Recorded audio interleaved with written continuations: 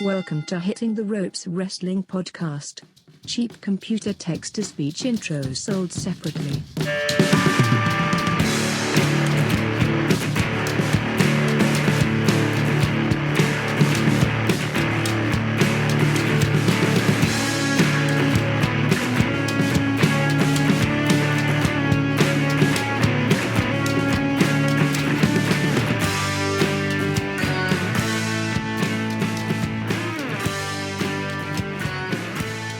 Welcome, ladies and gentlemen, to Hitting the Ropes Wrestling Podcast. This is our first inaugural episode. This is going to be a lot of fun. I've wanted to do this for a while, and I finally met Matt. Matt, say hi to everybody out there. Thanks, Alex. Hello, everyone. I think this is going to be a great thing that we're starting. Matt and I met recently in Newport, Rhode Island, just wearing wrestling shirts. We were wearing Bullet Club shirts, and we're like, you know what? Like, we hit it off great, and we're like, you know what? I got a podcast going on. Why don't you join me? So here we are. To give a quick rundown, then we're going to get right into it. Pretty much going to be doing reviews, news, anything in between, pretty much. I mean, anything that's going to go on. We have a lot of interviews that we want to do, and we're starting to line those up, which is cool. So yeah, that's pretty much the rundown of what this show is going to be. And yeah, so let's get right into it. I mean, I think the biggest news story of the week starting off was definitely Seth Rollins tweeting and everything like that, and Will Ospreay going back at him, and we'll get into that. But I think obviously the biggest news story of the week was Paul Heyman and Eric Bischoff have been named executive directors. Paul Heyman respectively going to Raw and Eric Bischoff going to SmackDown, which is, pretty much their roles reversed from the mid 2000s. This is just, I remember when I saw this story pop up, I didn't speculate anything at first. I didn't have doubts. I was pretty fucking excited when I saw this. It was one of the... You actually thought it was a rumor. I did, because I woke up getting ready for work and you texted me a screenshot from Twitter of it, and I said, is this a rumor? And you were like, no, not at all. And I was like, wait a second. So I went right into, to Twitter to make sure it was real. Then I was linked right back to Sports Illustrated, which of course is a very credible, source, if you want to call it that. And obviously whenever there's a big, kind of announcement from WWE, they go right to Sports Illustrated. And, the whole thing is, Sports Illustrated broke this first and everything like that. So when I saw that, I got very, very excited, because obviously Paul Heyman, ECW, he was kind of, in a way, maybe not as successful, but he was kind of the alternative AEW of the 90s, I'd say. And I'll go on record of saying that. And of course, Eric Bischoff, as much as you can say about him, especially in his later years in WCW, the guy pretty much made the great, it was a war. It was a great wrestling war, Monday Night Wars, whatever you want to call it. And I kind of feel like it has that feeling again. And of course, it's kind of funny how the two guys who almost put Vince McMahon out of business in the 90s are now going to help him, rejuvenate his product, if you want to call it that. It's just, I think this is so exciting, and it's what a time to be a fan. I mean, Matt, what was your first initial reaction when you saw it? Did you think it was a rumor like myself, or did you have any, first thoughts? I definitely thought it was a rumor. I thought it was kayfabe, to be honest. And I mean, as a lifelong fan, I'm definitely super excited for Paul Heyman to get back in there and Eric Bischoff to both be doing some type of, executive work. Hopefully they get to dabble in the creative realm a little bit. I mean, we're talking about Paul Heyman, who given a lot of pointers for Ronda Rousey. He could be credited for a lot of her success in the business, and of course, absolutely, Brock Lesnar. I mean, and in the late 90s, when ECW fell, WWE consumed it. Paul Heyman came over. He contributed to all that creativity as well. And then we all know the story of WCW and Eric Bischoff coming through, and some of the great things he brought with him as he joined and became the general manager for Raw for so long. Yeah, exactly. And I know it's funny because you were talking about creativity with them, and I think they will get a lot of creativity, but we have to remember that obviously Vince McMahon gets the final say on everything, which I'm not sure how that's going to play out, especially with them being executive directors. I mean, I don't know if you ever saw the Paul Heyman documentary. It's on the network. It's a great documentary, and it talks about when, he was, if you want to call it, when it was SmackDown's prime, when he was running the creative for it. Obviously Vince had the final say back then, but it seemed like, if you watch the documentary, Stephanie McMahon was not a fan of his because he would go behind her back and kind of be like, no, we're doing this. And Steph would be like, no, we're not doing this. We're going to go this way. And, Heyman would go up to, whether it be one of the SmackDown 6, they call it the time, like, no, you're going to do what I say. Like, trust me, it'll go over. Like, they can't fire you if you do this because it's going to be so big. So the thing is that we have to remember that, obviously Vince has the final say. They have to answer right to him.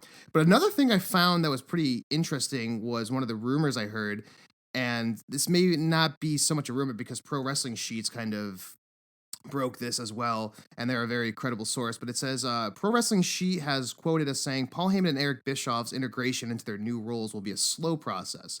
They won't simply be given full control overnight, but rather eased into it. Personally, I think that might be a good thing, although I think, the first Raw and SmackDown coming back, they're going to have to, do the big announcement. I think they should come out. It'll get the fans, not only that, the fans excited at home, but it's going to sell more tickets. I honestly think putting it in a slow process is a good thing because you don't want to just, change things right overnight as much as, it would help the product, but easing into it, they're going to see what they can get away with and what they can't. And I think especially, when it comes to Eric Bischoff, he's having a meeting with Fox as well, which we all know SmackDown is going to Fox, and they weren't happy with the current product. I mean, think about it. If you were in Fox's position, Matt, do you think seeing Eric Bischoff, even though, he had the downfall of WCW, he comes back to WWE in 03 or 02 it was, and does a big role. In their eyes, when you look at the current product of SmackDown, and they think, wow, what the fuck is going on right now? This is just terrible. And then you see Bischoff and Heyman are coming back in an executive creative role. If in your position, do you think that's a good thing to see? Do you think they'll be more interested in having, giving Eric Bischoff more creative freedom if they can see what he can does before they go to Fox? I think they will eventually give Eric Bischoff more creative freedom. And maybe they have to take the creative teams and see what their goal is with SmackDown and Raw. Right now, we are uncertain of the brand split and where that's going to be. What the wild card rule actually is. Is that going to follow with this? Or are we going to have going back to maybe that early 2000s, mid 2000s of Raw versus SmackDown being two completely different shows. And we did see a little bit of that this year and last year. I think that the product you were watching for SmackDown and Raw was very different. And I think Fox would want to compete with Raw. Obviously, AEW coming onto the scene, Ring of Honor, and some other, New Japan Pro, they're not really as much as a concern, I don't think. Fox knows what they're getting with WWE. Yeah. They want to make sure that they are able to keep the product where it is because they can back out of this plan at any time. If they decide that it's not working out for them, they'll just back out. And I think that's going to have a lot of concern with WWE itself on trying to keep this as a primetime slot on Fridays, even though it's a little unusual to have wrestling on Fridays, but on that major network of Fox, which means commercials during football, baseball, every major sport, and actually treating it like a major sport, like it should be. Right, exactly. I mean, I think that's a big key thing you bring up is that they're trying to treat it as if it is, a legitimate sport, Yes, and if Eric Bischoff and Paul Heyman are the answers to that, we know Heyman's allegedly going to Raw and take control of some of the things over there. Eric Bischoff, he, like you said, he was the man behind WCW, and I think a lot of the fall of WCW should not be accredited to Eric Bischoff. No, not at all. There's some other people in the wrestling business I think we know who's responsible for WCW and the crazy shit they did towards the end of that. I mean, if you just even look at the documentaries themselves, I mean, these, whether it be, Kevin Nash or Scott Hall or Hogan obviously was the big one. I mean, these guys were running around as if, because they got the big contracts and the creative freedom, they were running around like they owned the fucking place when essentially they didn't. It was pretty much Eric Bischoff's kind of little baby that Ted Turner was given to him. But I think, obviously now with him coming back to WWE, that's not the case at all. Like, one bit. I don't think that should be a concern. But I think it's funny to point out, too, about, especially when you talk about AEW coming into this. I mean, there's been a lot of talk from Cody Rhodes before this deal was made about how he admired Eric Bischoff, and even though the downfall happened of WCW, he still admired the alternative he gave, whether it be taking shots at WWE or not. And it's funny because I heard another rumor earlier that was saying they kind of wanted to snatch up Paul Heyman and Eric Bischoff, and it hasn't come out as a report that they signed new deals with WWE for these executive director roles, which I mean, obviously, I'm sure they have. The big thing is that they pretty much said that they wanted to snatch up Heyman and Bischoff before, especially Heyman more so that before his contract was up, but they also wanted to snatch up Bischoff because they felt as if he was going to go right to AEW. So there's two sides to these kind of, of why they're doing this, rumors per se. I mean, the biggest one is obviously they're trying to rejuvenate the product, and Vince McMahon saying, all right, well, if I can't do it and no one's going to listen to me, like, let me get these guys and see what they can do. That's the one hand, which I mean, is obviously pretty much what it is. But the biggest, conspiracy theory about all that is that Heyman's contract was going to be up soon. Bischoff is pretty much a free agent. I mean, I'm sure he does stuff for WWE, whether it be like meet and greets or something along those lines. But the biggest rumor was that they wanted to snatch them up before their contracts, Heyman's contract at least, was up, and then snatch Bischoff off because they felt as if the rumor is they were going to go right to AEW, and whether that be a good thing or bad thing, I don't think it would have happened, quite honestly. I mean, Heyman, if anything, I don't think Bischoff would have gone. I mean, this you have to understand that, like, for people listening now who maybe are younger fans, this is kind of what it was like back in the 90s for, Matt and I kind of watching it. But at the same time, this is a whole different beast about a ton of stuff going on. And I don't know, Matt, do you feel as if, like, with these executive roles that they're getting, does it kind of feel like it adds a little bit more elements of the war? I mean, obviously we've had the warning shots of whether it be the Bullet Club at the Being the Elite YouTube taking, jabs at WWE or whatnot and jokes. And then you kind of had Cody Rhodes say some stuff about the promo with Dustin about, your pissant bodybuilder after Triple H did the whole pissant company kind of thing. And these were all kind of like warning shots in per se. I kind of feel like with them snatching up Heyman and Bischoff now, it kind of is starting to have that real war element. Do you agree, disagree? Oh, I think totally. It's definitely turning more into a not a Monday Night war, but definitely a who's going to be putting on the better product war. Yeah, but I think absolutely. My personal opinion is it's great for everybody, right? You and me as fans, we get to watch so much wrestling. There's basically going to be wrestling on every single night of the week. Yeah. But I want to comment on another thing. I think obviously Cody has a tremendous amount of respect for Eric Bischoff because his father was there, and his father eventually left WWE, WCW, and had a lot of success over there. And obviously, Eric Bischoff with a lot of success during the Monday Night Wars until that fall, and his replacement trying to purchase it at one point and try to revive it with unsuccessful. And then just the success that Eric Bischoff had in WWE for about 3 years, and a little bit of sporadic appearances from there. But it's kind of like a cycle that they would want to take him. These are Eric Bischoff is one of those guys that did eventually go to TNA and have a role in TNA. Oh, yes. Forgot about that. Oh, my God. It's one that we kind of forget a little bit. It wasn't there too long. It was about 2 years or so he was there. And I think I think AEW should avoid trying to snatch up too many of those types of people who left the company of WWE at one point, or WWF if they left earlier, and then tried to go make their own thing with Impact, and it just wasn't working. Yeah. Eric Bischoff, I think, is one of those people, though, who he knows the business, right? That's one thing that's going to help them. He's created stories, which I think is going to help WWE in the future. And he's got to take account of the PG era and make sure that they can tweak and make good stories without going over the edge a little bit too much. We can't be seeing too much or any hot lesbian action, although Sonya Deville and Mandy Rose Oh, God. I forgot. Earlier. Yeah. It's funny. I remember I was watching that moment on SmackDown, and I was like, that was kind of weird.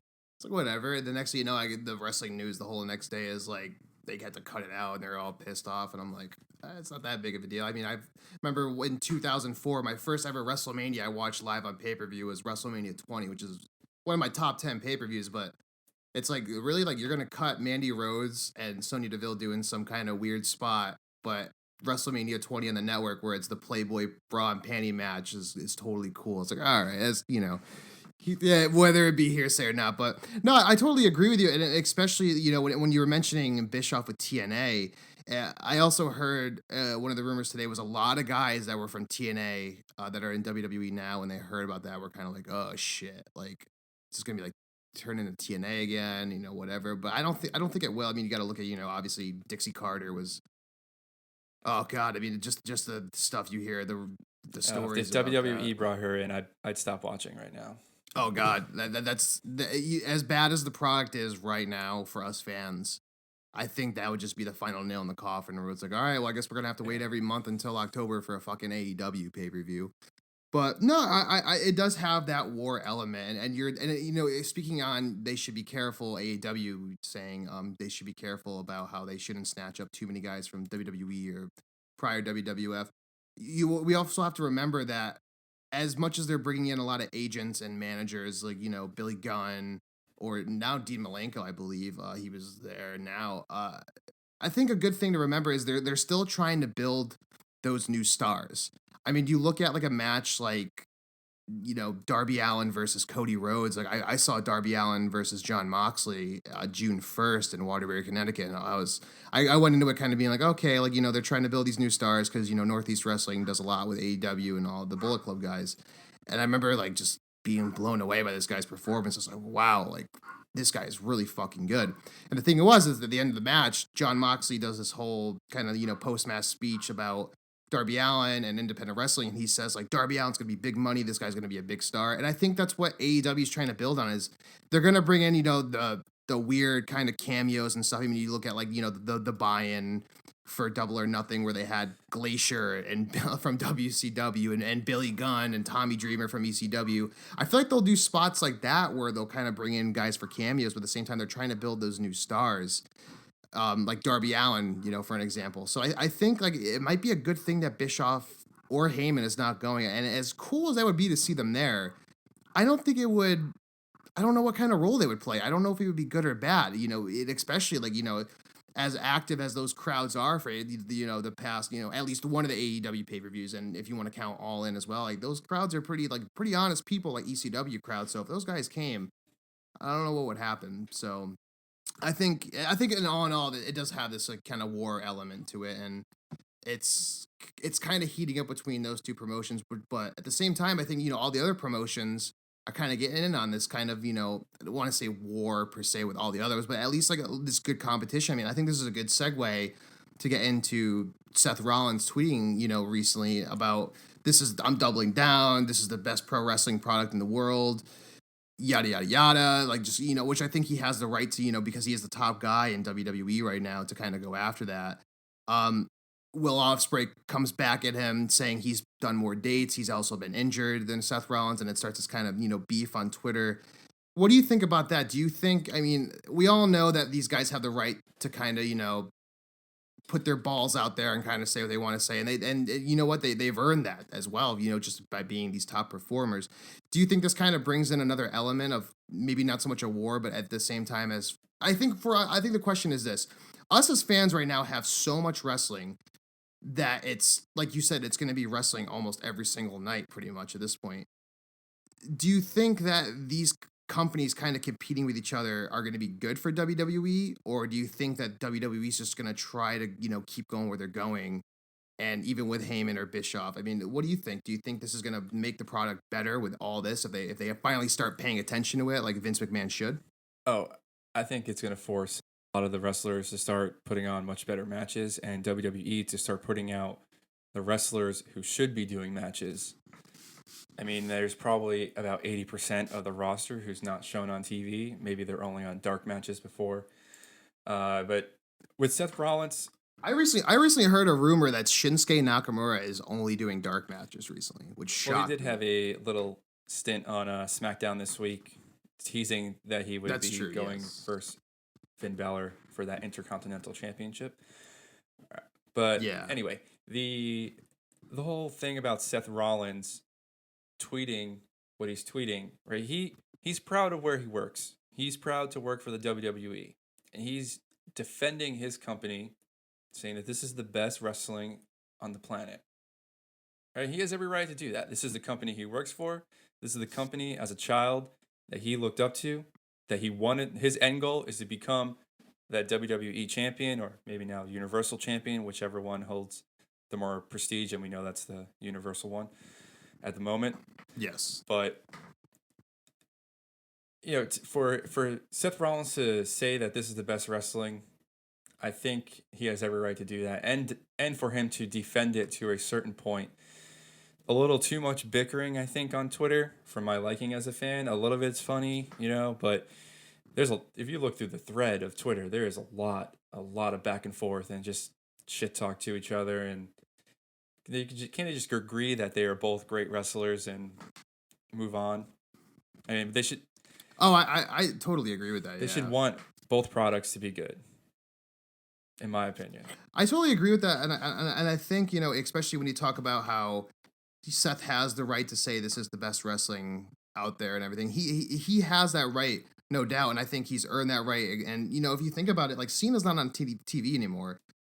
Seth has kind of played into that role and gone into that role for sure.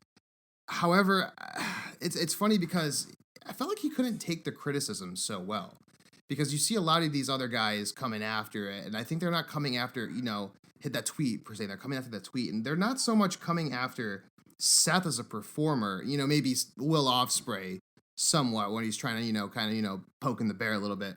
But I think when Seth defends the product and everything like that, I'm not sure if it's a good thing to put out there, especially with a pay-per-view like Stomping Grounds. I mean, it wasn't as terrible as everyone thought it was going to be. But at the same time, I feel like these, especially people in WWE, you either see people tweeting like Seth Rollins, like this is the best ever, like we're the best, like yada yada yada, or you just see other wrestlers who aren't on TV who like say EC3. Yeah. Everyone wants him. EC3. So yeah, give him. God, everyone wants him. Fucking title of something, some type of title. Dude, the man was amazing in Impact, and he was awesome in NXT, and now he's just a 24/7 guy, a 24/7 title chaser in these little segments, holding a party cup for some reason. He did that one segment. I don't get that at all. I don't know what the fuck that is supposed to be.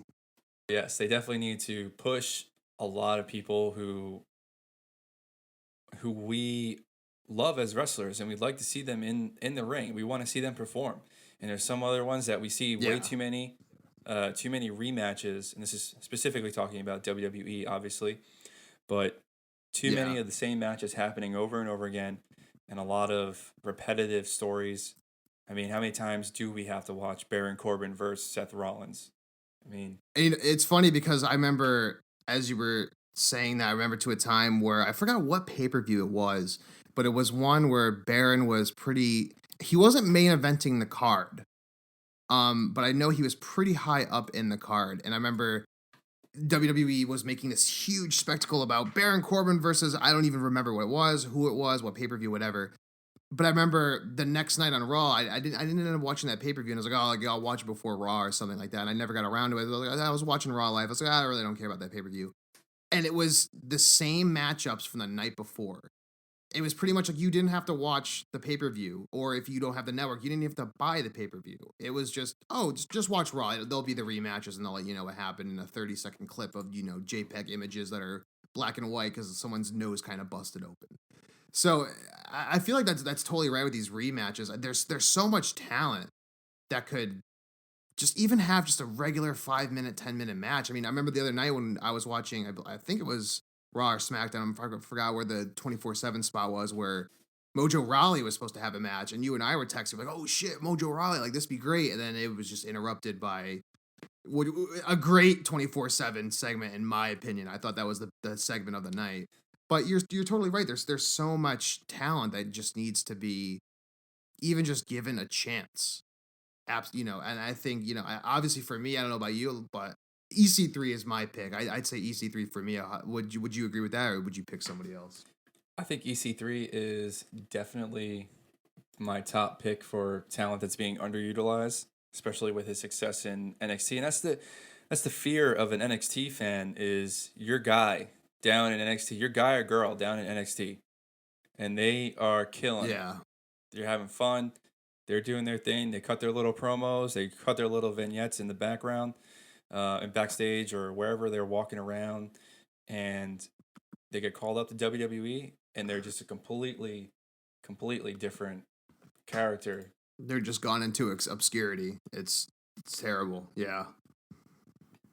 It's one of the things where, like you said, like us as fans, like we get kind of, for me, let me give an example. Is obviously everybody loves the Velveteen Dream. He is just the star of that product, I believe, besides Adam Cole. And everyone, I don't want him to get called up at all. Which obviously that's what he wants. That's his dream. He even had "Call Me Up Vince" written on his trunks at one point during a takeover. But man, like it's one of those things where I don't want him to get called up at all, at least until the main rosters get changed and creative freedom is given, which maybe this Heyman Bischoff thing will kind of, be the kick in the ass to do that. But yeah, no, you're so right. I mean, like that's just an example. Like there's certain guys we don't even want called up because it's like we're having too much fun watching them on NXT do not whatever they want, but at least they have the freedom to kind of grow as performers and say, give suggestions. I mean, you look at EC3 when he was in that, I think it was the North American Championship ladder match that was given 5 stars by Meltzer. He was great in that match. I think that was the first EC3 match I ever watched because I never watched him in TNA. I've never watched TNA, to be quite honest, which sounds ignorant. But a lot of people, I remember watching that match and going, yeah, no, exactly. But it's funny because I remember watching that match going, wow, this guy's fucking awesome. Like, this guy's definitely got to go after the NXT championship. And he was kind of quiet for a while in NXT.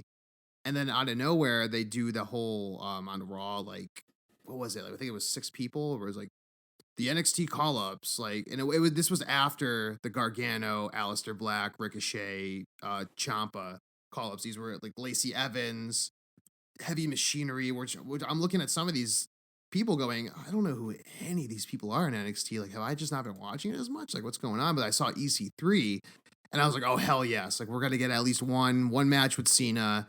Like, that's all I need. And then next thing you know, his bit is him drinking out of a red Solo cup everywhere he goes. I mean, even the Stomping Grounds promo he did on Instagram was just, the caption was #Stomping Grounds, and it's just videos of him drinking. And I was like, what the fuck is this? Like, what is this gimmick? Is Vince looking at him going, all right, you can't stand that you're not on TV. Let's make that into a whole persona. Ha ha ha. It's just like, what? Like, what is going on? I mean, I see the product getting better with Heyman and Bischoff, but we have to remember that they have to answer directly to Vince. What do you think? In your mind, let's kind of get our ideas going here and the gears turning. Where do you think they're going to be placed within the echelon of the McMahon cabinet? Do you think that they're going to have a lot of creative freedom, or do you think it's going to be one of the things where they're going to present all these great ideas, but Vince is just going to shoot them down?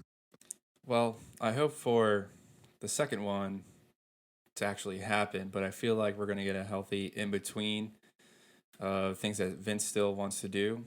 Obviously, Raw and SmackDown are still run by him, and he's going to have a lot of say in what is happening on his product. He owns it. He is the man who is in control, and whatever he wants will be what he's going to get, regardless of what people might think are great or fantastic ideas. Yeah, and especially even if Vince gives an idea that I don't think the fans would like per se, which is what he's pretty much been doing for the past 2 years now. I think even if he gives an idea where he goes, I want to do this, like, what can we do to make it better? I think if you have a mind like Heyman or Bischoff, where they go, okay, like, well, you want to do that, they're not going to like it, but what if you tweak it like this and kind of turn it around and give it a 180? This might get over. And I know that Bischoff especially, he loves shock value. Like, if you look at WCW through those Monday Night Wars, like, he just loves the whole shock value. And I'm talking about when they're in their prime. This is pre-1999. So he's always loved the good shock factor. And I think that's kind of like, an element that SmackDown needs, because let's be honest, SmackDown's always been treated as just the B show. when Heyman was running it, in my opinion, it was better than Raw. I used to love watching SmackDown more than I loved watching Raw. So I think, especially with Bischoff, with how he kind of thinks, it's kind of expected of Heyman to go to SmackDown, but you have Brock Lesnar and Ronda Rousey, who are pretty much Raw guys and gal, and they're gonna go right to Raw. So it's appropriate that they put him in Raw. But it's kind of interesting for Bischoff to go to SmackDown, and I'm gonna have to see where that goes. And I know that Fox is having a meeting with him because they're unhappy with the product of WWE right now. So maybe they're trying to pick his brain. And it's gonna come soon. I think this is gonna be a good October's thing. Gonna happen pretty quick. Yeah, exactly. And if you think about it, not only are you going to have SmackDown going to Fox in October, you got AEW's TV starting up, Yeah, and all these things are going to start clashing. And I think ratings would be significant. Obviously, TV ratings don't mean as much as they did back in the 90s. We have YouTube and we have other means of watching things to get view counts. And, you put something up on YouTube, you get 5 million views. You have all your ads associated with it too. So the WWE is still getting a lot of views from YouTube, but I think AEW will also, they should at least, with the conjunction of TNT, slip into the YouTube. They're already doing it with Being the Elite. They throw their little YouTube channels on there. It's easy for the wrestlers to be creative and record their own things. Maybe we see some more stuff like that. And WWE has definitely been using Twitter and Instagram and YouTube in terms of this 24/7 title, which I think is a good step in the right direction for that title specifically. Oh, absolutely, yeah. And I think one of the things to remember is what's great about WWE using all these like sources of social media and other ways to watch. I mean, we also have to remember that that's a source of revenue for them as well. So every time that we watch a video, they're making a percentage of that, and they're making a percentage of the ads too. And we have to remember that WWE probably won't ever go back to PG-14 because not only with them making money off these ads, they're a publicly traded company. Vince McMahon is not going to, say, oh, no, we're going to have blood now, or I'm putting my foot down, because those investors are going to walk the hell away. So I think you're right about that, especially with, them using social media and all that. So it's also a revenue for them. I feel like at the same time, though, that WWE is more about their entertainment. They're more about the story and everything like that. And that's what they've always been, if we're thinking about it, essentially. AEW, I feel like AEW wants to be more about wrestling. They want to have their win-loss records matter. They want to be able to tell a story. Some wrestlers, they like to call it telling a story in the ring. But if they're not doing great wrestling, they're probably eventually going to leave AEW, and they can go do whatever they got to do on the indie scene or get called up by WWE and sign a contract there. But you're right. Like, WWE definitely has their entertainment factor, which they've always included, even when it was WWF, and in that late 90s when they switched over. But there has to be, I think, an emphasis more on the wrestling portion of it and keep their entertainment stuff light and maybe more on the social media platform. Oh, absolutely.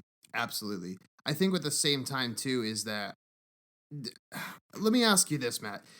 We obviously know that WWE, like I pointed out, is the story kind of product, the publicly traded product.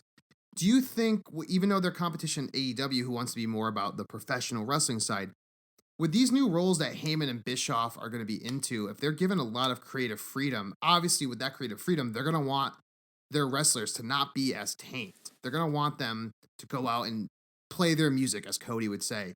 Do you think, given these roles with them and maybe the growth within the company, within this, maybe them planting the seed, do you think at some point WWE can once again maybe become not only the publicly traded storyline company that's PG, but also at the same time, can they get back that we're the wrestling company at the same time and coexist within that? Because as far as I can see, the performers are great, but you can just tell that they're being held back. So that's my question to you. Do you think that they can become the story company again, but also be the wrestling company at the same time? Yes, I do think that they can definitely bounce back from whatever rut they're in right now. I mean, we saw this before. History does tend to repeat itself in about 1994, 1995, when WWE was considered to be in its worst years ever. And we really saw that peak of WCW succeed. And WWE did bounce back and become the more successful company. and they changed some stuff. They drew right into that attitude era, whatever era they have to change into next. It might not be the attitude era 2.0, but they have to come up with something to draw fans in and keep Yeah. them invested, because although viewership at home might decrease with the current platform, you still have the YouTube platform you can upload things to. And the thing that's really taken a hit, which I think we saw recently with Stomping Grounds, SmackDown, and Raw, was the number of people of attendance. Oh God, yeah. There was a report coming out. I think it was yesterday that Dave Meltzer came out and said that on Raw only 3,500 people were there, and then SmackDown they said there might have been a little bit over 1,500, which blew me away. I was like, holy shit! Because I know, especially in their shows now that they do, whether it be a pay per view. Maybe not the big four pay per views, but TV and then the in between pay per views. They always kind of cut out the hard cam, as you want to call it, side a little bit. But yeah, when I heard 1,500 people for a SmackDown, I was like, they got to do something different. Because yeah, the viewership sucks if it's going down, but you still got your YouTube and everything like that, and that's gonna keep you up with the streams and everything. But when you hear about the attendance, I mean, it's almost kind of sad because you kind of feel bad for maybe someone like Seth Rollins, who is the head of the company, who's trying to get those people in, and he's busting his ass every night. And when you're the head guy, you're everywhere, man. You're up at the ass crack of dawn, and you're fucking going until it's pretty much the next day. So I feel I heard that and I was like, man, like I just can't imagine being in that position.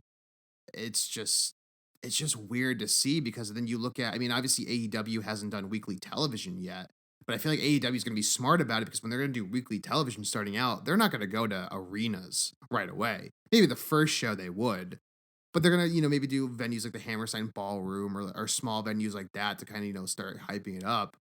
But I feel like that's totally true what you're saying about the attendance. I mean, when you hear that, that's just, obviously any NXT takeover will sell out. But what do you think the low attendance I'm saying is, what do you think the factors of that? Is it the product just itself, or do you think it's because the fans are being treated as if it's just, we want your money, get in, get out after the tapings? I mean, let's go back to, we haven't gotten to reviewing Stomping Grounds yet, but what did we talk about before the event even happened? We said, do we even need to watch this pay-per-view? Do we even think that much is going to happen? And the answer was no. We didn't need to watch it. And I think that's a problem because then that brings you to Raw, and it's, do I really need to watch Raw? Is something crazy going to happen? Something good going to happen? And I do credit it to the creativity of a lot of things going on, which I know is this word we keep hearing over and over and over again of the creative team, the creativity, the creative restriction on the characters and everything like that. But I do think that is the main factor of what is causing individuals who are able to watch this demographic, maybe not the kids, they might just be watching it for whatever reason, but individuals like you and me, we know it's scripted. I'm not going to say fake, but we know it's scripted. I was going to say, you almost said the F word there. We know it's scripted, choreographed, or whatever you want to call it, predetermined. But we're there because we watch wrestling because we love it. We get invested in it. I want to get drawn away from the fact that it's scripted. I want to see great performers do what they got to do. I do want to see a promo going back and forth a little bit, a little less of stupid skits or whatever. But there's massive skits like Stone Cold Steve Austin in the milk truck, and Stone Cold Steve Austin in the beer truck, and Kurt Angle in the milk truck. Yes. Things like that, or you got to save them for things like this, and kind of pick and choose and not. I think that's the main thing with WWE right now. I'll give this thought in, is that maybe they're trying to make every moment like that too big when they should be saving them. Yeah, and it's just the stories, man. I think if you go back and you look at stories and the other shows, like there's no sense of power rankings and who's on top and who should be the number one contender. It's kind of just letting people choose who's stepping into the game. Like Baron Corbin, why does he have a right at the Universal title?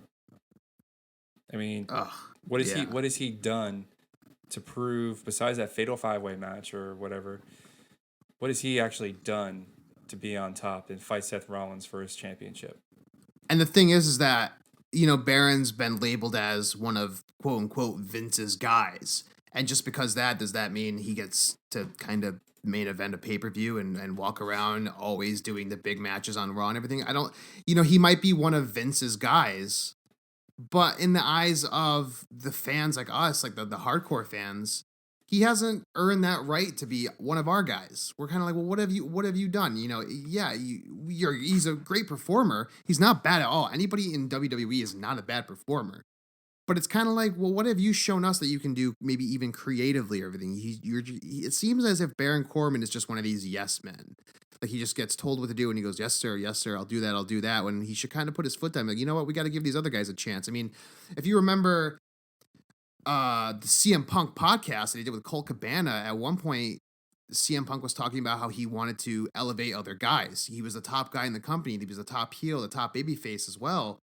And he wanted to elevate these guys. And there's one thing he said that always stuck out with me. He said, minor league hockey teams have to play major league hockey teams in the NHL in scrimmages to get better.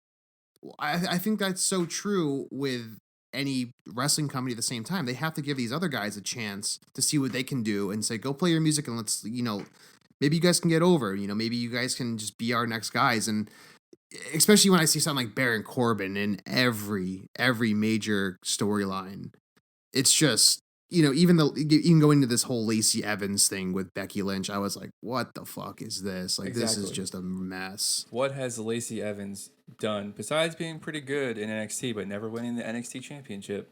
All of a sudden come up to the main roster and she gets a title shot. Alexa Bliss is on the Raw roster, technically. She's a wild card rule for SmackDown. Why can't Alexa Bliss be the one facing Becky Lynch for her women's championship? What about Alicia Fox? She's still on the roster, not utilized. Dana Brooke, she failed at Ronda Rousey, but she's still there trying to prove herself every day.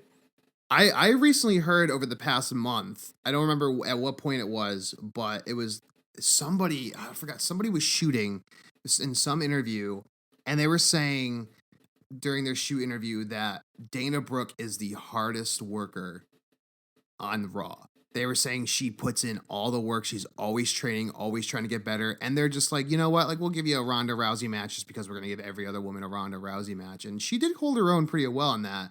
But it's funny because you see someone like Dana Brooke where you're like, man, like, if only they just gave her, like, maybe give her a month. Give her just four Raws or 4 SmackDowns, whatever roster she's on. And kind of, that's the thing. I don't even know what people are on most rosters because of this wild card rule, because they're just going all over the place when it's like, just get rid of that stupid rule.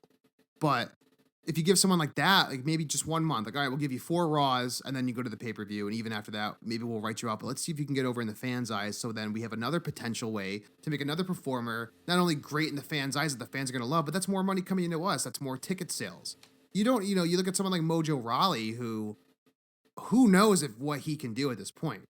He probably has been, training at home, doing the better moves, better promos, whatever. We don't know that. He could be the next Daniel Bryan for all we know. He could be one of the guys that, you know what, like, I'm going to take that 1,500, SmackDown arena, I'm going to turn it into 3,500 overnight just by being there. So it's one of I think that's just kind of what it is, where these people need to be given a chance, and we have to stop. Not us, but Vince McMahon needs to stop putting his quote unquote guys in every major story role and stop crossing them over at the same time. And, like the whole Lacey Evans Baron Corbin thing. I mean, I looked at that and I was like, and when they set up that tag match, I rolled my eyes so fucking hard and was like, you have to be kidding me. It was predictable. We knew that was going to happen. It was very predictable. But at the same time, I was like, no, they wouldn't do that. Like, that's just so easy to do. Like, they're going to give us a little bit of something else, and that's where we went. But I think at the same time, this might be a good segue to kind of do our quick reviews of the week. We have Stomping Grounds, the pay-per-view. which I did not think was as bad as it was intended to be. There was a couple matches that I really enjoyed on that card. We have the Raw this past week, which was decent, I'd say, not bad. Then we're gonna have the SmackDown, which I wasn't that big of a fan of, and then NXT as well. Matt giving me the thumbs down as soon as I mentioned SmackDown on Skype. Okay, so here we go with the Stomping Grounds. I went into it kind of. I'll be honest. I was a little bit cynical going into it, thinking, "Oh, this is gonna be so bad. I can't wait for this. Like, this is gonna be just a fucking 3-hour botchamania." And then it didn't turn out as bad as I thought it was gonna be.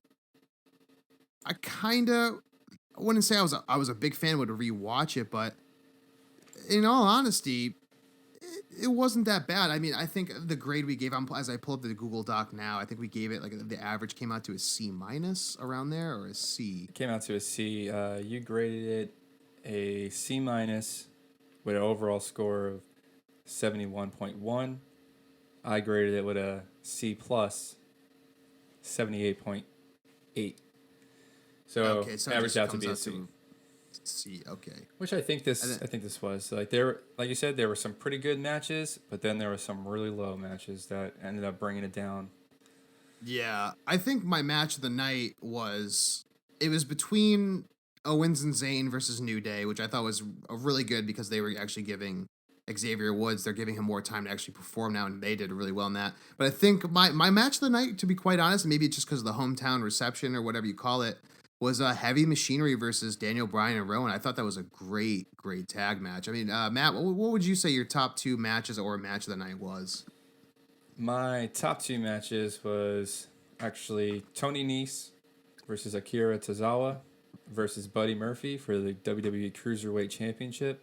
I think. Oh, that was a great match. I mean, if we're gonna count the pre-show, I'd say that was my match of the night as well. Yes, I think we have to count the pre-show on this one. It's only 5% of what I considered the average grade, but that match itself was fantastic. The Cruiserweights are definitely putting out as much as they can to show that their wrestling is fun, it's entertainment, and they're putting on a great match. My second match of the night was Samoa Joe versus Ricochet for the United States Championship.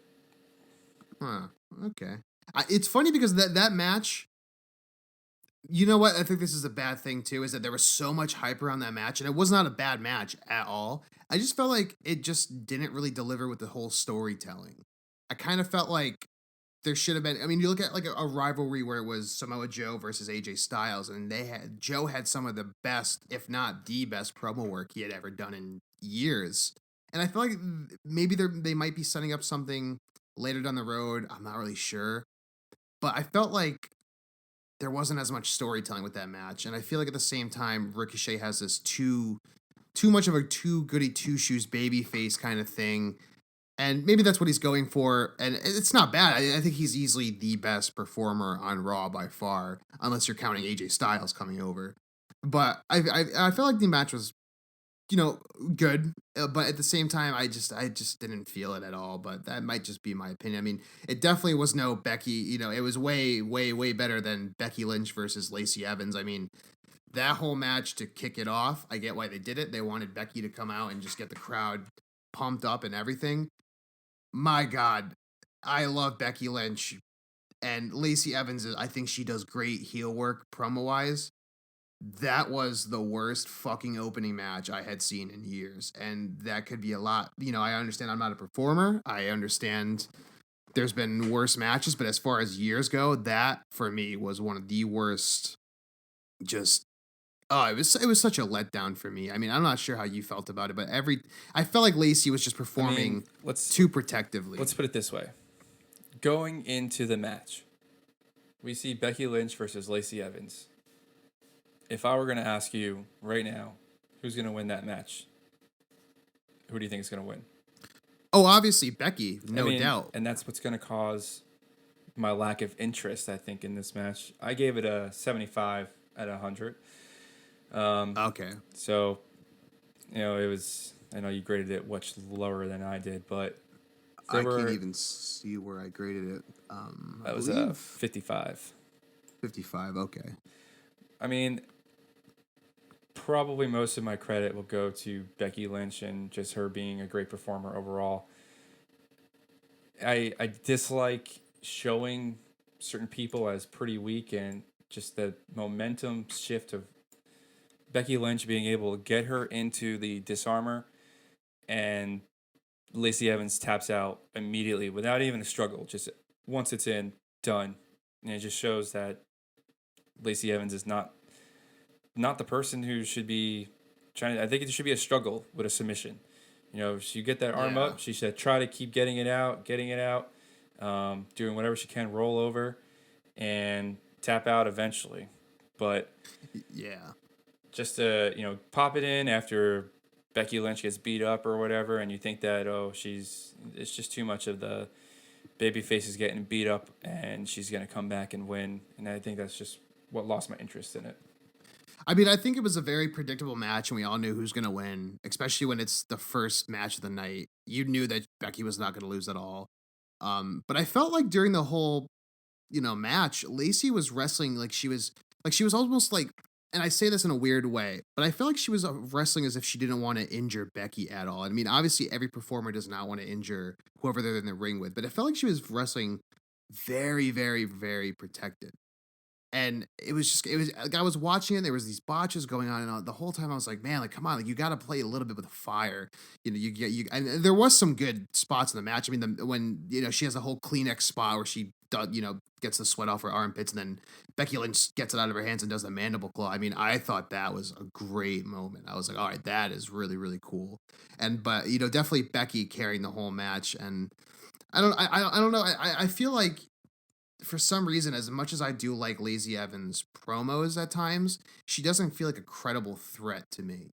And I think like that's what we're kind of missing is you mentioned like, it's who's going to win the match.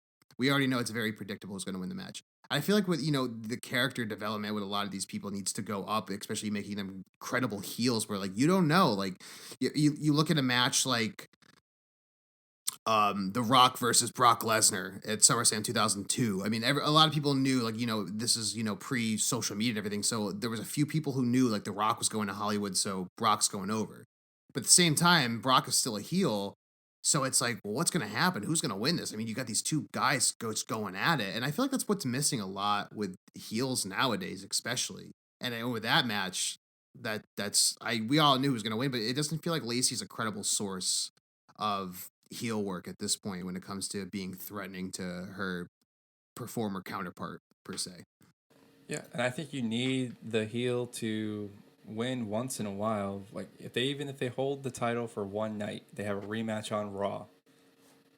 Okay, it just proved that Becky can be defeated. Lacey is a credible person to fight for the championship, and we have to take this match more serious next time it could happen. Although if it did happen that much, I think I would be uninvested in it, and I would want another woman to step up and be like, "No, you had your chance. You lost. You won, but lost again, and now here I am to prove myself and take over what you can't do." Exactly. And I feel like that's kind of like the problem it has with Ziggler and Kofi Kingston. I mean, I feel like that's just the problem with Ziggler overall. Is he gets these huge opportunities. He'll go on hiatus for months and months and months, comes back, is in the main event picture again, and then it's just the same old shit. And it's funny because as I was watching the pay-per-view, as I say same old shit, I glance right off to my computer screen right after, and the first thing that I have from my notes for Kofi versus Ziggler was the same old shit. It just feels like he is so not threatening at this point, and especially him coming back after Stomping Grounds. I'm so over Ziggler at this point. Like, ugh. I will tell you though, I was there in Providence when Dolph Ziggler came back. I couldn't tell who it was at first, and then I saw his face, and I was ecstatic. I love Dolph Ziggler. I am a Dolph Ziggler guy. I want him to do. I want him to do well. I want him to be successful. At one point, he was the WWE World Heavyweight Champion on SmackDown. He had the Money in the Bank Championship match. He at one point was a very credible threat. Intercontinental Champion, U.S. Champion. He's held it all. And for someone like that who has the same type of accolades as Kofi Kingston does, yeah, I could have seen Dolph Ziggler winning that match, and I kind of wish he did. but I know they don't want to probably kill the momentum of Kofi Mania at the moment, which No. made me predict and just know that Dolph Ziggler is going to lose, even though I thought it would have been very nice if he did win. Yeah. And I thought especially the ending spot for the win by Kofi was a good way, because that even I will say, as much as I thought the match was very boring, and I was kind of, at some point just kind of glancing whenever a spot would happen that was, memorable, if you want to call it that, and rewinding it back to check it out. The ending spot though I thought was awesome, because the whole time I was like, Ziggler might kind of take this, like he's getting there. Then Kofi does the leap through the ropes, and I thought was awesome. But yeah, it's one of the things where I used to be a very big Ziggler guy. I used to be like, you got to push this guy. He's so great. But it just seems like I feel like he needs to go somewhere else. I feel like he does need to kind of get some more creative freedom. And maybe that, whether that be other championships and other promotions, that's a yes or no question. I feel like he doesn't have a place in WWE right now. I mean, he's one of the homegrown kind of guys, no doubt. I mean, he was in what was that faction in 2006 that he was in? It was kind of like the frat bros. I don't even remember what their name was, but it was one of the things where he's a homegrown guy. He comes from the product, and there's no shame in that at all. That's he's been in some very prominent spots, but I feel like at this point, like Ziggler, he needs to get out of that contract and go explore and kind of get his creative freedom out. I mean, I can't imagine him. Oh God, him going to New Japan would just be so fucking cool, man. Like, imagine him as like kind of like the persona he has now, where he's very cocky and the whole kind of somewhat Shawn Michaels-esque guy. But imagine that as like a heel in New Japan, and just like the shit he could do there would be phenomenal, in my opinion. Well, unfortunately, I'm pretty sure his contract ended in early 2019, where that hiatus kind of started. So he must have just signed another contract. He even hinted that he probably wasn't going to be at the Royal Rumble. So I think he might have just took some time to, some personal time, maybe work on a stand-up or something. But if he's back now, he must have signed another contract with WWE to stay pretty long. Oh, exactly. I feel as if he'll always kind of be there, no doubt. But it's one of the things where you kind of do like fantasy booking in your head. Like I think about him going to like New Japan or something like that. It's just a heel. It'd just be great work. I think let's segue in and wrap up our Stomping Grounds review right now with the end of Stomping Grounds, which of course was Seth Rollins versus Baron Corbin. Special guest referee was going to be named at the show. There was a lot of speculation. You had Paul Heyman and the pre-show, I believe, where he was coming out of Baron Corbin's office. So everyone's like, oh, Brock Lesnar's going to show up. He's going to fuck, Rollins out of the title and then go right for Corbin. You saw Matt Hardy at one point, Shelton Benjamin trying to be a ref. And then it caught me by surprise when he announced Lacey Evans. But at the same time, it shouldn't have, because the whole night you hear Michael Cole, like, Becky Lynch and her real life boyfriend, Seth Rollins. So it's kind of like, it was predictable in a way, but it took me by surprise. I mean, what was your first initial thoughts when you saw Lacey come out? I had a feeling once they started mentioning Seth and Becky's actual real life relationship a lot more, Michael Cole started referencing a lot, I knew that it was going to be Lacey Evans. So I knew it was pretty predictable, but I thought the match wasn't that bad. I think, Lacey definitely played off as a great heel to try to screw over someone that Becky loves. Or that was one of my. I don't know if they love each other yet, but someone that's Becky's dating. And I like that she waited until it was a no disqualification match, and then that is when Becky got involved. I would have liked to see maybe a cooler spot though of Becky taking Lacey's knocked out body and taking her arm and making the 1, 2, 3 count with Lacey's arm, just to throw a little bit of you're keeping the same ref in there. She's counting. Yeah. Seth Rollins winning. And I think that would have been good for Becky's character as well, where her whole kind of badass Stone Cold Steve Austin, but in a woman way of doing whatever the fuck I want. Like that would have been a cool spot to end it on for sure. Yeah, instead of having that other ref, who I forget his name, but come back in and just take over, which the whole point of the match was because Baron Corbin didn't like that other ref and he wanted to choose someone specifically. But if you use Lacey as a puppet and count 1, 2, 3, well, Seth is in the pinfall, then I think that would have been a pretty sweet spot. But needless to say, that's what they went with it. All right, so overall, that pay-per-view was pretty average, I would say. 75 maybe. And better than expected, for sure. Yes, definitely for sure. Moving along to Raw. I didn't mind Raw too much. There were some lows. One of the lows I do want to point out is this Bobby Lashley and Braun Strowman skit. The Jesus Christ. Tug of war. I feel, they are really discrediting Bobby Lashley as an individual and as a wrestler entirely. And just putting him, in these, this is where that entertainment portion that's WWE tries to do so much, but Bobby Lashley is an MMA fighter. He had great success in MMA. He was Impact champion. This guy is huge. He could be in a match with Brock Lesnar. He is that guy that could go toe-to-toe with Brock Lesnar. Yet they treat him like garbage, and he's another guy I think that really needs a push. He might need a mouthpiece. He might not be the best on the mic, but Leo Rush was there, and I know there's some backstage things going on with that, but maybe find him another mouthpiece and throw someone in there for him and just have Bobby Lashley just go out there and dominate. Well, it's funny because one of my notes for that segment was it seems as if they're taking Braun's push and they're kind of turning it into a parody of himself of being this, a strong man competitor. And then I think that the same thing could be said for Lashley at this point. I mean, you have someone who's pretty much the same size as Brock Lesnar. They kind of match up, if you look at the tail of the tape, somewhat equally, if not pretty damn close. And it just feels like I saw that, and my first note I made in that was, what the fuck, why? Why is this a thing?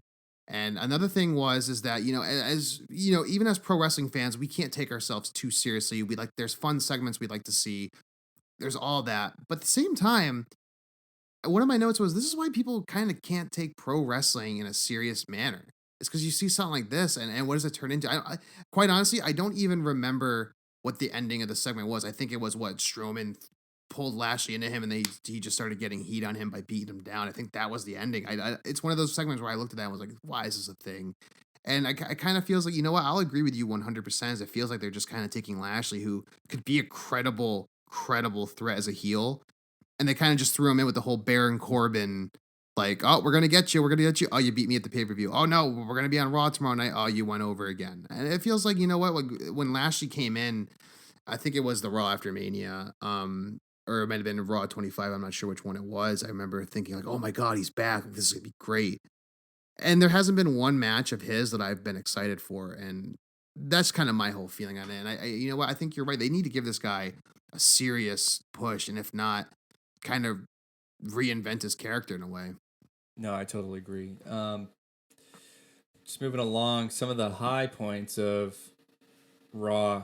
The number one high point, I think, was Roman Reigns defeating Drew McIntyre and Shane McMahon. But then what happened after that match with The Undertaker arriving to save the day and save Roman Reigns, essentially letting everybody know he's back to wrestle. And obviously it led to a match coming up later on at Extreme Rules with Roman Reigns and Undertaker tag teaming against Drew McIntyre and Shane McMahon. I'm kind of sick of the Shane McMahon and Roman Reigns feud, but now that you throw the Undertaker into the mix, I think there's some redemption he wants from his match from Goldberg. They might not be stated explicitly, but I do feel like there's something that Undertaker doesn't have to prove anything, but I think he wants to at least end on something like a high note. Yeah, exactly. I know that there was the rumor mill going around now is that this match was pretty much set up before the Goldberg match. But at the same time, I felt like if that's not true, that the true thing would be is that after that Goldberg match, like, Taker probably looked at that and was like, Vince, get me back in right now. Like, I need to redeem myself. And as much as I'm not sure if this is a good, maybe sets up another tag match for SummerSlam, another match for Survivor Series. Roman Reigns versus Undertaker at SummerSlam where Undertaker wins. Something like that. Exactly. And all I could think about during this was, my first initial reaction when the bells rang, or the whatever you want to call them, my jaw dropped. I was like, holy fucking shit, like, he's back. And then the thing is that I can't tell if this is a good thing or not, because you have to look at, like, what that Goldberg match. I don't think it was so much Taker's fault. Definitely more on the long, Goldberg's fault for knocking himself out. But what do you think, Matt? Do you think this is a good thing for keeping for keeping Undertaker going on with these matches? Or do you think he just needs to kind of, hang up his hat soon and kind of right off into the sunset with what dignity he kind of has left at this point? Look, he doesn't need to prove anything. And even if that was his last match versus Goldberg, it's not going to diminish what I think The Undertaker is. He is obviously a legend. He's going to be nominated into the Hall of Fame one day, maybe even the Pro Wrestling Hall of Fame, not just the WWE one. But I think as long as he still wants to wrestle, who are we to say that he can't go out there and do it? If he just wants to go out in the ring, and maybe it's once in a while, he's got to do some things with some wrestlers in big spots, that's fine by me. When he's ready to retire, he'll retire. I have no problem with what he's doing at the moment. I honestly, my opinion is he should have retired at WrestleMania 33 after Roman Reigns beat him. I mean, it was just too perfect. It was just like, it's one of the things where the way he was performing that match too was, you could even tell he was kind of putting the whole element of the dying dog, like, put me down, I can't go on anymore. And it was just the most perfect ending. And whether you like Roman Reigns or not, I mean, at the time, obviously there was a lot of people who were very anti-Roman, like I was, to be quite honest, because it was just like, man, like, this guy's just getting everything handed to him.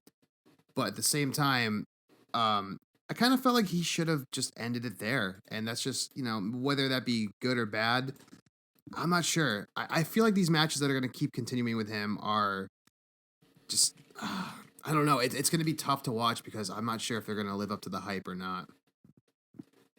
Yeah, well, we'll see what happens. I think it'll be fine. I think it might be short. We might just go up until...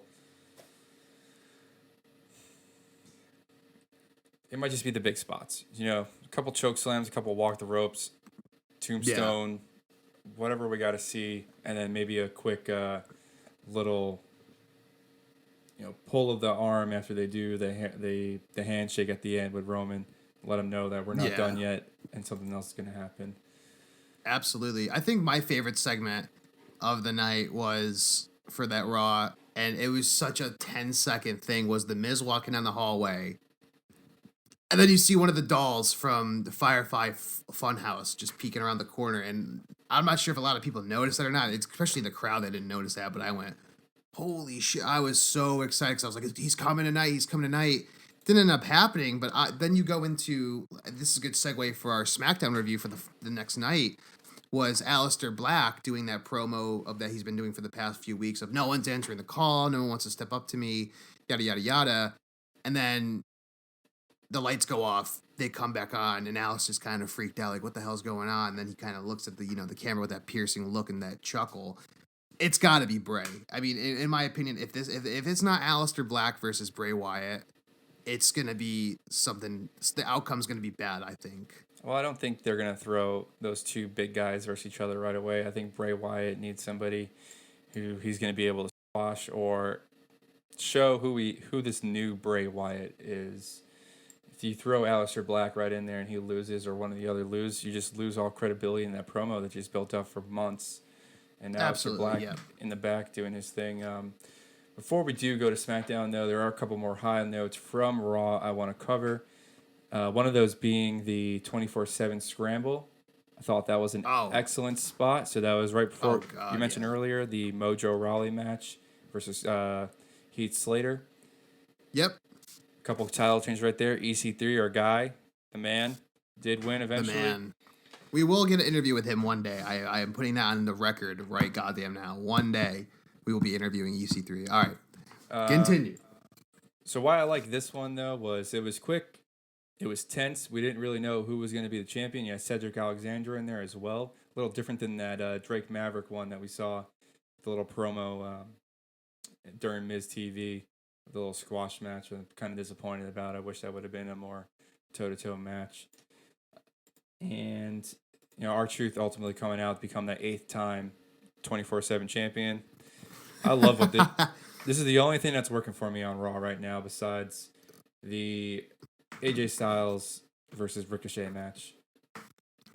They're gonna turn R-Truth into the fucking Ric Flair of the mid card. They're gonna bring it to 16 or 17. I just know they are for sure. I think this, it's funny because when the 24/7 championship came out, I was very like, what the hell is this? Like, this is gonna be terrible. And R-Truth has taken this whole thing and has just ran with it completely.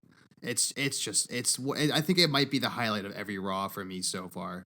Yeah, and Twitter and YouTube. I mean, any title change, Jinder Mahal at the terminal, freaking on the plane itself. All those are really cool. So I like what they're doing with it. Title's ugly. I wish it was a little bit different looking. Maybe they just change the leather strap and change to a color that's a little bit more neutral. I might like it a little bit more. But yeah, I mean, for now, I'm digging all the segments. Kofi Kingston had a good match versus Kevin Owens, but it wasn't really that match. It was a follow-up from his match with Sami Zayn, which was okay. But it was the aftermath, which throws Samoa Joe into the title mix for that WWE Championship. Again, Samoa Joe being a Raw wrestler. Wild card rule, I guess. Comes out there. Coquina clutch to Kofi foamed at the mouth. It was awesome.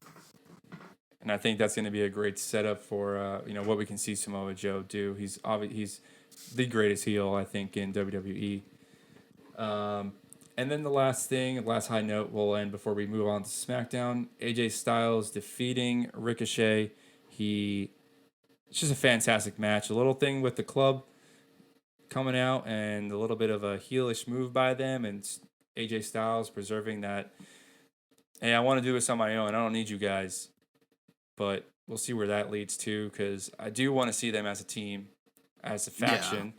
We could talk about that another week about factions and what we think about that, or stables, or whatever we want to consider them. And, yeah, absolutely. Overall, I mean, AJ Styles put out the U.S. champion. I don't think that AJ Styles should have a U.S. champion match. I think it should go all the way up to the Universal title. He is the face that. Yeah, the face that built the place. I thought it was a pretty good match. There was a lot of hype around it, especially coming the night before. But definitely, there was some good spots in it. The Gallows and Anderson coming out.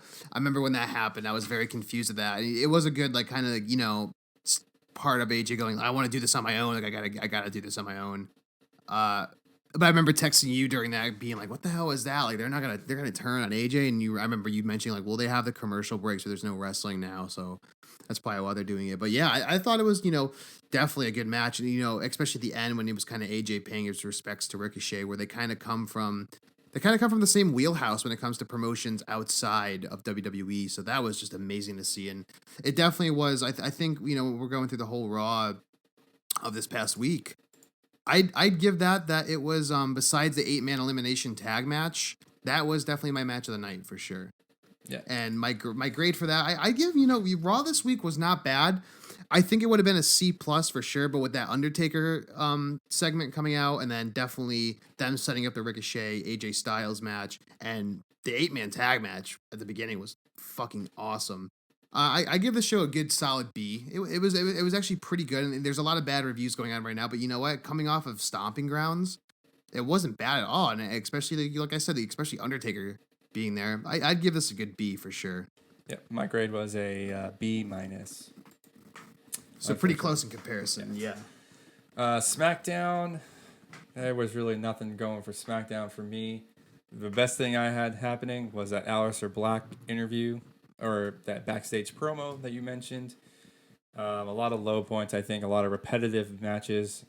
And just not a lot of good entertainment. Another high point, but not too high, was Nikki Cross defeating Bailey, which was kind of Oh pretty yeah. interesting right there. But and I'm not sure how I feel about that storyline with Nikki and Alexa. It's just it's so like I don't know.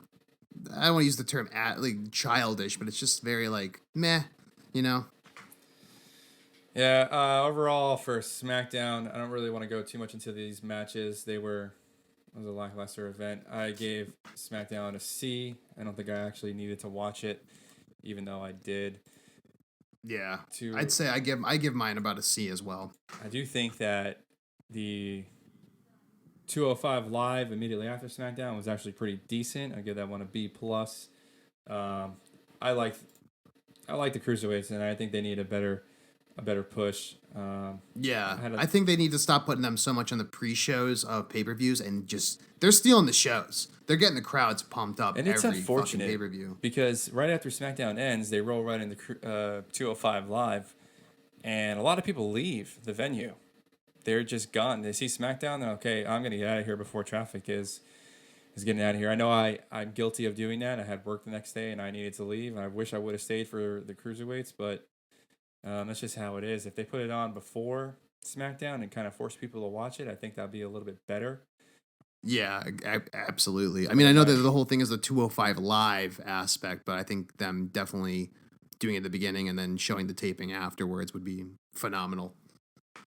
Then NXT this week, I give that show an A. That Oh, yes. steel cage match, even though we just saw a steel cage match on Sunday, this one was completely different. So entertaining. I completely agree. Yeah. I mean, Io Shirai, it's funny because That moonsault off the top, oh my god, better than Kurt Angle's in Impact, by the way. oh Jesus, I remember I watched that last night because I wasn't able to watch NXT when it was happening, being broadcasted live on the network. And I remember watching it in bed last night, like, okay, like, we're doing the podcast tomorrow. I just want to kind of watch this and review it. And I know there's going to be a steel cage match. And I was like, all right, I'm kind of sitting there, a little bit tired, but I'm still, conscious enough to kind of, take my notes on it. And man, that match kept me up. I got done with NXT around maybe 12:30 at night, and I was up till 2 just wired looking at spots like that because I was like, holy shit. Io Shirai, it's funny for me because she was never never a big name for me, especially when she was teaming with Kairi Sane. And when they started putting her in the title picture, especially at NXT TakeOver 25, I mean, I was there live and so were you. And I remember during that match going like, okay, like, I'm watching, like, this will be cool. I'm kind of a fan of Shayna Baszler, to be honest. And then that whole match live, I was like, wow, Io Shirai is amazing. But man, that cage match last night, especially the spot where it was Shayna between the ropes and the cage, and Io Shirai is just kicking her face into the cage. That was I get the moonsault is probably everyone's favorite, but for some reason, her kicking her face into that cage as hard as she could, I think that might be the spot of the night for me, just because it went from me being like, okay, Io Shirai's in the title scene, that's cool, they're trying to elevate someone, and that took her when she did that spot for me was like, okay, like this is it, like this is who we need to hand the belt off to next, in my opinion. Yeah, but I still hope that Shayna Baszler. I'm a Shayna Baszler fan too. I mean, she won at Takeover clean, and I thought the match at NXT this week was a very nice spot to be different than the way that Kofi Kingston left the ring. For her to be knocked out and fall out, and just her feet hit the ground, and then that heel turn by Io Shirai. I think everything just worked out perfectly in my eyes for NXT, and I gave that show an A. But I also do give the follow-up of NXT UK a B plus. Thing. All right, so we're going to head now and wrap it up, guys, with our AEW Fyter Fest preview. I think we got a pretty good stacked match card, to be quite honest. We're looking at the pre-show. We got SCU, which is Scorpio and I forgot the other guy's name. I always forget his name. Versus Private Party, who I saw live in Waterbury, Connecticut, that John Moxley and Joey Janela were at, and Private Party was pretty good. I was impressed with it. And then also the Best Friends as well. It's a pretty good pre-show match, kind of kick things off. I know SCU does kick off a lot of their stuff with the tag matches. And then we have the Best Friends were also in that match. So Chuck Taylor and Trent Beretta will be part of that match as well.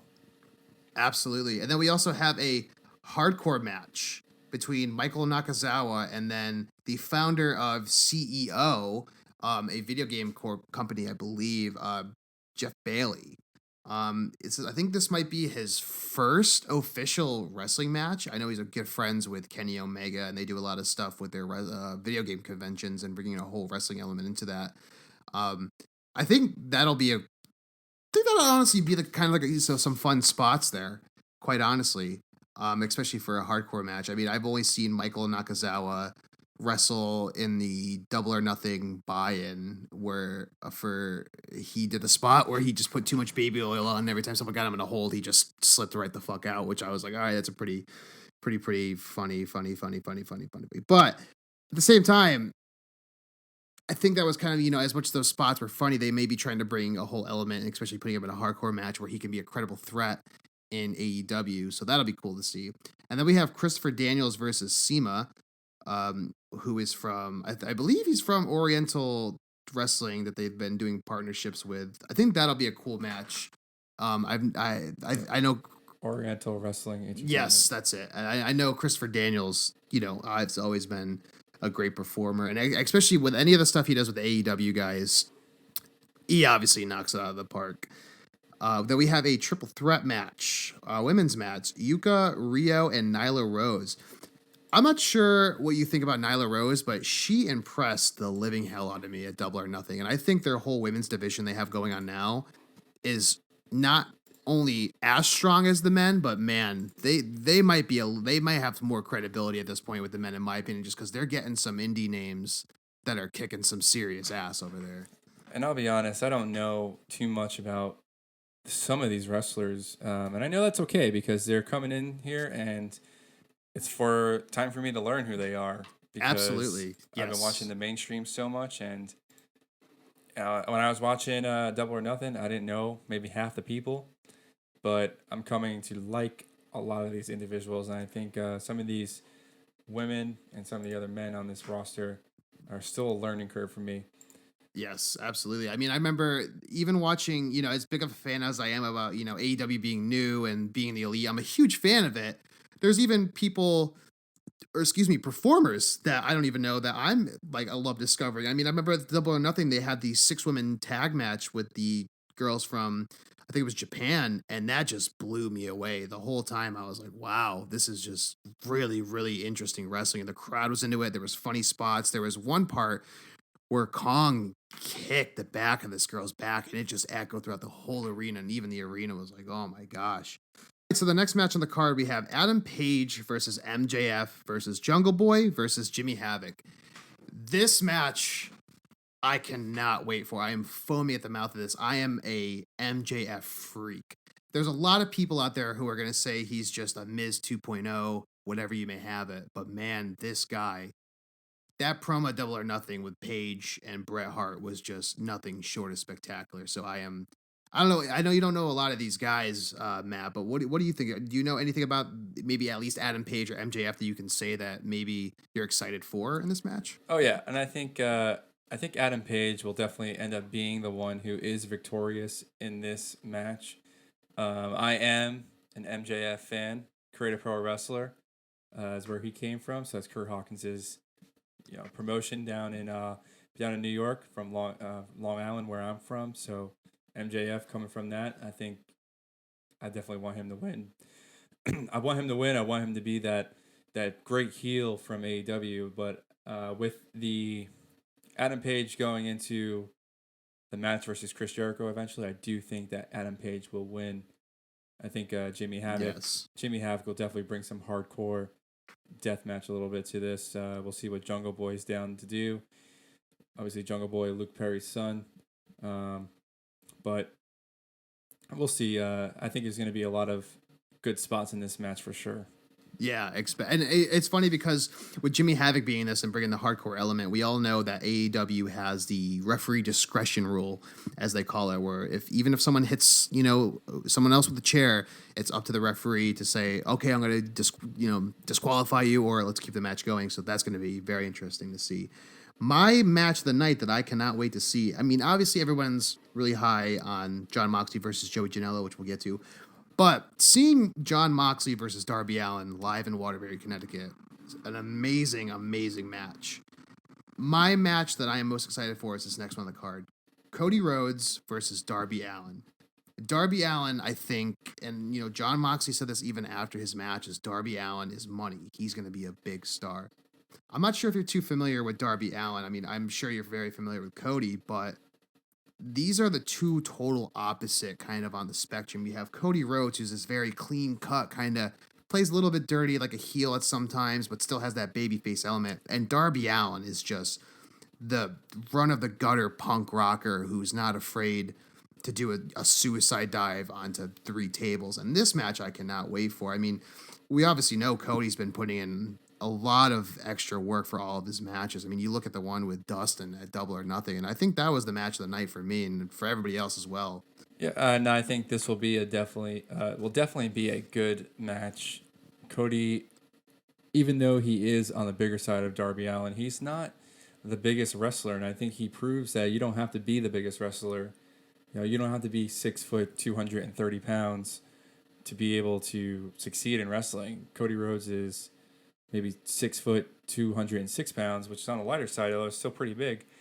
It doesn't take away the fact that he can still do some pretty sweet moves off the ropes and extremely athletic, and Darby Allin being a little bit smaller and is fully capable of doing all those moves as well. And some unique ones I did see in a recap with that John Moxley match, which were pretty amazing to see, actually.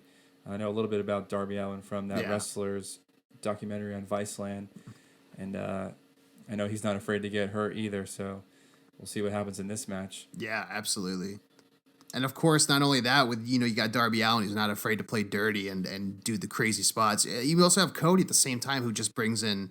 I mean, he said it himself. He likes to bring the emotional side to every match, which for me is what it's all about. And quite honestly, when it comes to performing, I mean, the next match on the card, I'm not sure if it's going to be the headlining match, but at least it is on what's going on, the placement of this. I mean, I think this is the match everyone's looking forward to, is John Moxley versus Joey Janela. This is going to be John Moxley's one of his very first few, matches in the U.S. wrestling. I saw his first one versus Darby Allin in Waterbury, Connecticut, and Joey Janela was on that match as well. And, we all know what Moxley can do. We all know he's the talk of the town right now. At the same time, Joey Janela is starting to kind of get what John Moxley had in the indie scenes. He's starting to finally get that reputation of doing wild shit. And this is, of course, an AEW announced this yesterday. It's a non-sanctioned match. There will be no rules at all. You must win by pinfall or submission. And it's funny because when I saw Janela live in Waterbury, the match was no DQ. And then someone said it wasn't boring at all. They were just doing, normal spots. And someone said, Joey, do something crazy. Some guy in the crowd yelled it. And he looked around and goes, do you want to see me do something crazy? And it was just, the ladders came out, the tables came out. I mean, they had one spot where they were just like using the announcer's fists just to go after each other. So I think, obviously this is going to be the match that everyone's looking forward to, because not only we know what Mox can do, but I think there's a lot of hype around Janela, especially from his promos as well. Janela's match versus Adam Page at All In was probably my favorite match of All In. I think Janela is just going to keep doing what he's doing and pushing forward, and he's going to be one of the best wrestlers AEW is going to have.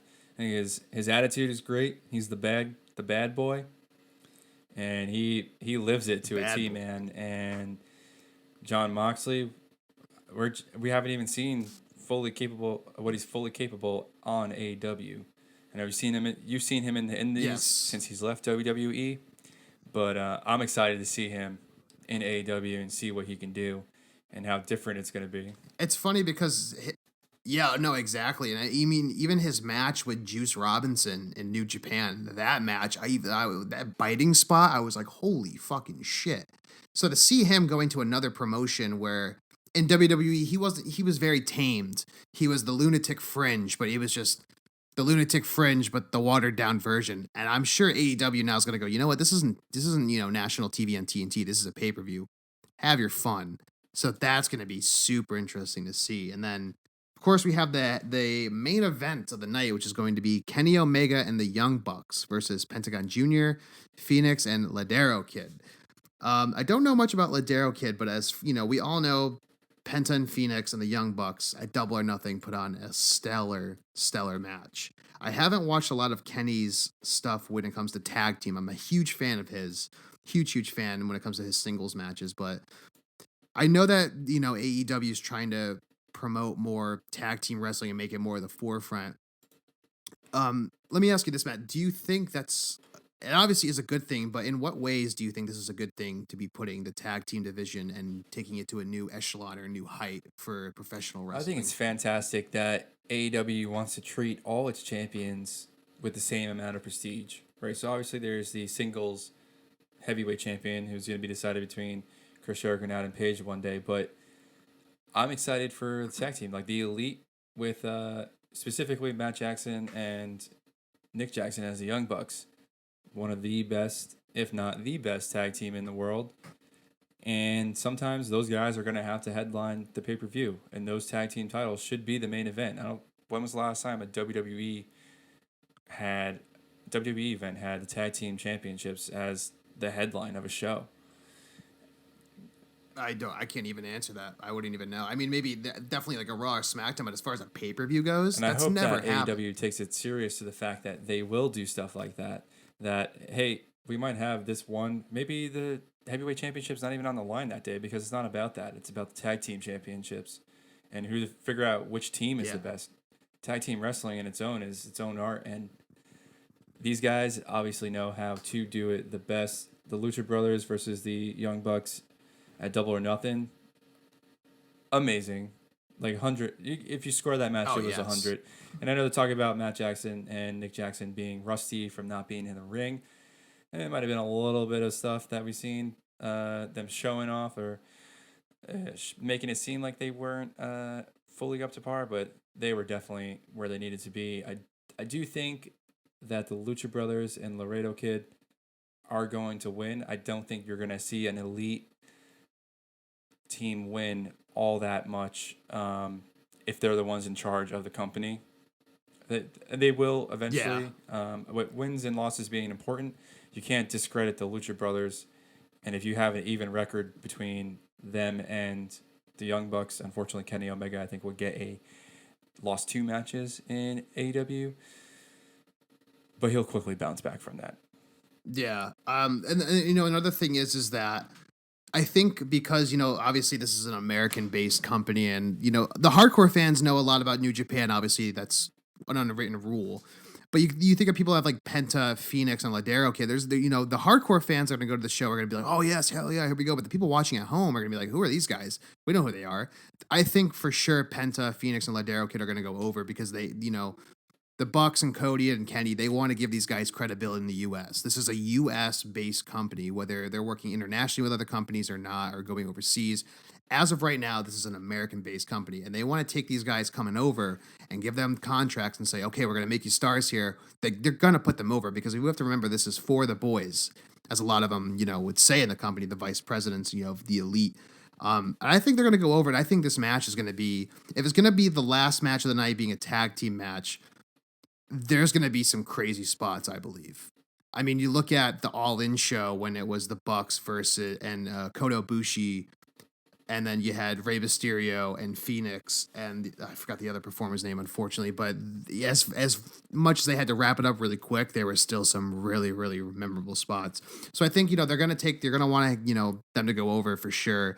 But I think this is going to be a great match. I mean the whole card for a second, official event for AEW. I mean, this is a great card, and I think honestly they're kind of off to the races with this, and they're especially I love how they're not repeating storylines already. Maybe when they get into TV they will, but as far as AEW goes right now, I'm not sure about your opinion, Matt, but I think they're hitting on all cylinders pretty goddamn well. Yeah, and I hope they do tie some storylines into this. Maybe with that Jon Moxley versus Joey Janela, you might see a Chris Jericho pop up or something just to say, hey, don't come into my match after and fucking hit me.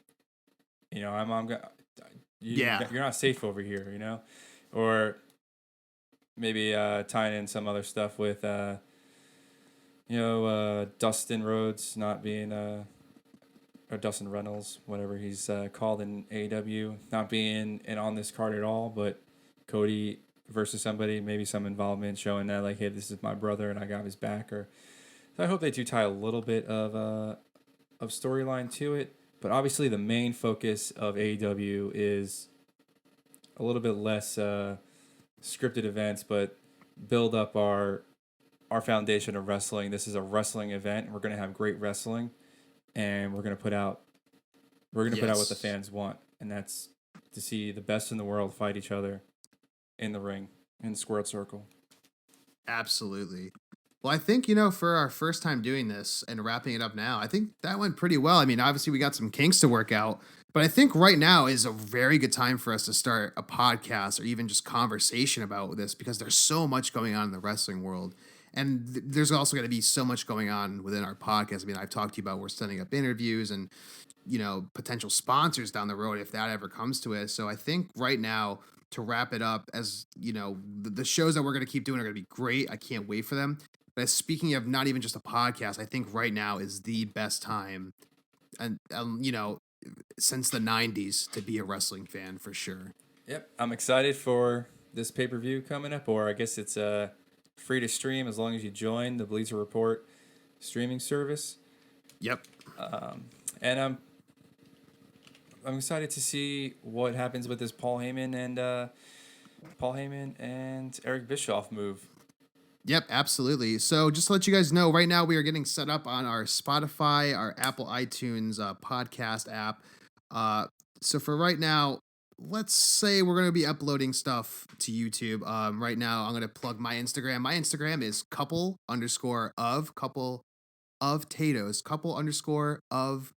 Let me say that again. I keep fucking that up. Matt's going to edit this out. So my Instagram, where you can find us at, my Instagram is couple_of_tatoes, TAYTOS. Matt, you want to plug your Instagram? My Instagram, as well as my Twitter, is yo_Cali.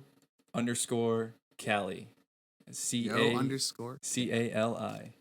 And then we will also be uploading this at least to our YouTube channel. We are still trying to figure out how to upload to Spotify, Apple Podcasts, and eventually we want to get to the point where we're going to be doing live streaming every time we do a podcast. So we're kind of working the kinks out, and like I said, this is our inaugural episode.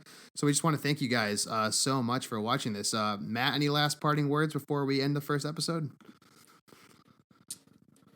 No, let's go out there and enjoy a weekend of wrestling and look forward to what happens. Look forward to what happens next on Monday and see how WWE is going to rebound. Oh, that's going to be an amazing, amazing show. I think they might have Bischoff and Heyman come out, but I think you're right. Let's enjoy a good wrestling or weekend and hit some ropes and do all that. So this has been Hitting the Ropes Wrestling Podcast, Episode 1. We are out. Fyter Fest tomorrow, and then of course we will be recapping next week about all the events going on, including the pay-per-view review. All right, so thank you so much, and we'll see you guys down the road. And this has been our first bump, if you want to call it that. All right, thank you very much.